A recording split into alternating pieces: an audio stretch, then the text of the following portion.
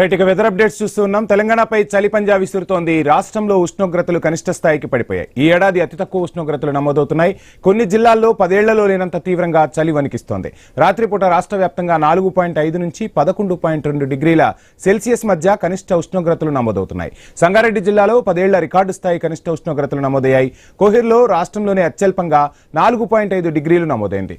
గతేడాది ఇదే రోజు ఇక్కడ 17.8 డిగ్రీల కనిష్ట ఉష్ణోగ్రత నమోదైంది. రాత్రైతే చాలు జనం గజగజ వణికిపోతున్నారు. ఉదయం 8 గంటల తర్వాతే ఇళ్ల నుంచి బయటకు వస్తున్న పరిస్థితి.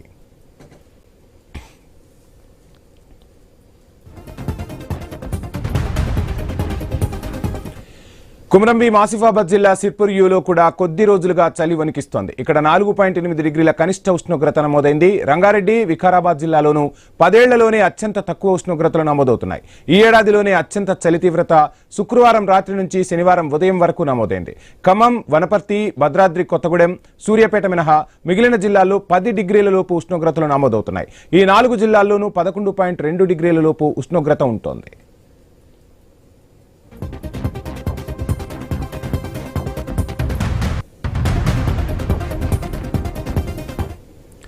ఇక రాష్ట్ర రాజధాని హైదరాబాద్ లో 10 డిగ్రీల కనిష్ట ఉష్ణోగ్రత నమోదైంది. శేర్లింగంపల్లిలో 7.8, మల్కాజ్గిరిలో 8.3, రాజేంద్రనగర్ లో 9.1 డిగ్రీల కనిష్ట ఉష్ణోగ్రతలు నమోదవుతున్నాయి.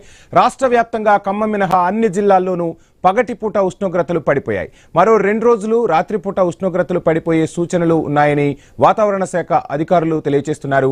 ఇక అన్ని జిల్లాలకు ఆరెంజ్ అలర్ట్ జారీ చేసింది వాతావరణ శాఖ. ఇదే అంశానికి సంబంధించి డీటెయిల్స్ అందించేందుకు మా ప్రతినిధి క్రాంతి కుమార్ ఫోన్లో సిద్ధంగా ఉన్నారు. క్రాంతి, చూస్తున్నాం, సో నార్మల్గా వర్షాకాలంలో ఇటువంటి అలర్ట్లు జారీ చేస్తూ ఉంటారు వాతావరణ శాఖ. కానీ 10 ఏళ్ల తర్వాత రాష్ట్రంలో తొలిసారిగా వాతావరణ శాఖ అలర్ట్ జారీ చేస్తుంది. చలికి సంబంధించి 10 ఏళ్ల తర్వాత కనిష్ట ఉష్ణోగ్రతలు నమోదవుతున్న పరిస్థితి. ఒక్కసారిగా ఈ చేంజెస్ రావడానికి కారణం ఏంటి? ప్రస్తుతం ఏం చెప్తున్నారు వాతావరణ శాఖ అధికారులు?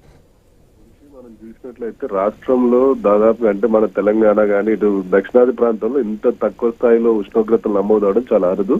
మనకి సాధారణంగా ఉత్తరాదిలో ఈ చలి తీవ్రతలు తక్కువగా ఉంటాయి. అయితే మన దక్షిణాదిలో అంటే దక్షిణాదిలో ఈ చలి తీవ్రత ఉండడానికి కూడా ఉత్తరాది వైపు నుంచి వచ్చే చలిగాలులే దీనికి కారణం అవుతూ ఉంటాయి. అయితే ప్రస్తుతం మనం చూసినట్లయితే మన తెలంగాణలో కానీ ఇక్కడ తెలుగు రాష్ట్రాల్లో ఇటు కనిష్ట ఉష్ణోగ్రతల నమోదు మొత్తం కూడా ఇటు ఉత్తరాది రాష్ట్రాలతో పోటీపడి మరీ అవుతున్నాయి. జనరల్ గా 4.5 డిగ్రీస్ ఉష్ణోగ్రత అనేది మనకి ఇక్కడ సాధారణంగా జరగదు.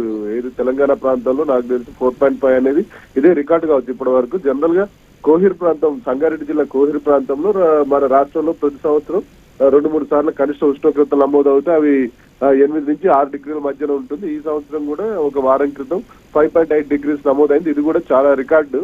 అది రికార్డ్ అని అనుకుంటుండగానే ఈ రోజు 4.5 డిగ్రీస్ నమోదైంది. ఇది అత్యంత తక్కువ ఉష్ణోగ్రత. దీంతో మొత్తం కూడా ఇటు ఇళ్లకే పరిమితం అవుతున్నారు. ఎవరు కూడా తెల్లవారుజామున 8-9 అయిందాక కూడా ఇంట్లో నుంచి బయటకు వెళ్ళని పరిస్థితి కనిపిస్తూ ఉంది. కొంతమంది తప్పని వాళ్ళు ఇటు డ్రైవర్స్ కానీ, పారిశుధ్య కార్మికులు కానీ, ఉదయమే స్కూల్కి వెళ్లే వాళ్ళు కానీ వీళ్ళంతా కూడా తప్పనిసరి పరిస్థితుల్లో బయటకు వస్తున్నారు. బయటకు వచ్చి వాళ్ళు ఈ చలి తీవ్రత వల్ల అనారోగ్యానికి గురవుతున్నారు. దాదాపుగా ఒక 10-15 రోజుల నుంచి ఇదే అత్యల్ప ఉష్ణోగ్రతలు నమోదవుతున్నాయి ఉమ్మడి మెదక్ జిల్లా వ్యాప్తంగా. దీంతో కొంతమంది తీవ్ర అనారోగ్యానికి గురవుతున్నారు. ఇక చిన్నపిల్లలు, వృద్ధులు అయితే ఆస్తమా, నిమోనియా వంటి ఆరోగ్య సమస్యలకు గురవుతున్నారు. ఈ నేపథ్యంలోనే ప్రభుత్వం హెచ్చరికలు జారీ చేసి మనకు సాధారణంగా వర్షాకాలం, వేసవి కాలంలో హెచ్చరికలు జారీ చేస్తారు. చలికాలంలో హెచ్చరికలు జారీ చేయడం అనేది చాలా అరుదుగా ఉంటుంది మన రాష్ట్రంలో. అలాంటిది ఇప్పుడు జరుగుతూ ఉంది. అత్యల్ప ఉష్ణోగ్రతలు అంటే 4.5 డిగ్రీస్ అనేది మనం దాదాపుగా ఎప్పుడు ఊహించండి, ఎప్పుడు కూడా నమోదు కానీ అనుకోవచ్చు మన తెలంగాణ ప్రాంతంలో. ఇప్పుడు 4 డిగ్రీల కంటే తక్కువ పడిపోతే నీళ్లు కూడా గడ్డగట్టే పరిస్థితి ఉంటుంది వంశీ. ఈ నేపథ్యంలో ఇటు వాతావరణ శాఖ అధికారులు కానీ, వైద్యులు కానీ ప్రజలకు సూచిస్తున్న సూచనలు ఏంటి క్రాంతి? ఇటు అధికారులు కానీ, వైద్యులు కానీ చెప్పేది ఏంటంటే ఉదయం 8 గంటల తర్వాతనే బయటికి రండి, సాయంత్రం ఎర్లీగా ఇంటికి చేరుకోండి, వేడి ఆహార పదార్థాలను తీసుకోండి, చలికి ఎక్కువగా తిరగండి, అత్యవసరం అయితే తప్పించి బయటికి రావద్దని చెప్తున్నారు. వైద్యులు కూడా ఇదే చెప్తున్నారు. చల్లటి నీళ్లు కానీ ఇలాంటివి తీసుకోకూడదు, శీతల పానీయాలు ఇలాంటివి అవాయిడ్ చేయాలి, వేడి ఆహార పదార్థాలు తీసుకోవాలి, మంచి ఊరు దుస్తులు, ఒంట్లో వేడిని కాపాడుకునే విధంగా, శరీరంలో వేడిని కాపాడుకునే విధంగా మంచి దుస్తులు వేసుకోవాలి, చెవులు, ముక్కు ఇలాంటి కవర్ చేసుకునే విధంగా ఉండాలి, అరికాళ్ళ దగ్గర కూడా సాక్సులు వేసుకోవాలి, చేతులకు గ్లౌజులు వేసుకోవాలని చెప్పి వైద్యులు సూచిస్తున్నారు. చిన్నపిల్లలు, వృద్ధులుంటే వాళ్ళ మీద ప్రత్యేక దృష్టి సారించాలి. ఆ రూమ్స్ అంటే పడుకునే రూమును కూడా వేడిగా ఉంచుకునే ప్రయత్నం చేయాలని చెప్పి చెప్తున్నారు Vamsi. Right, thank you Kranti.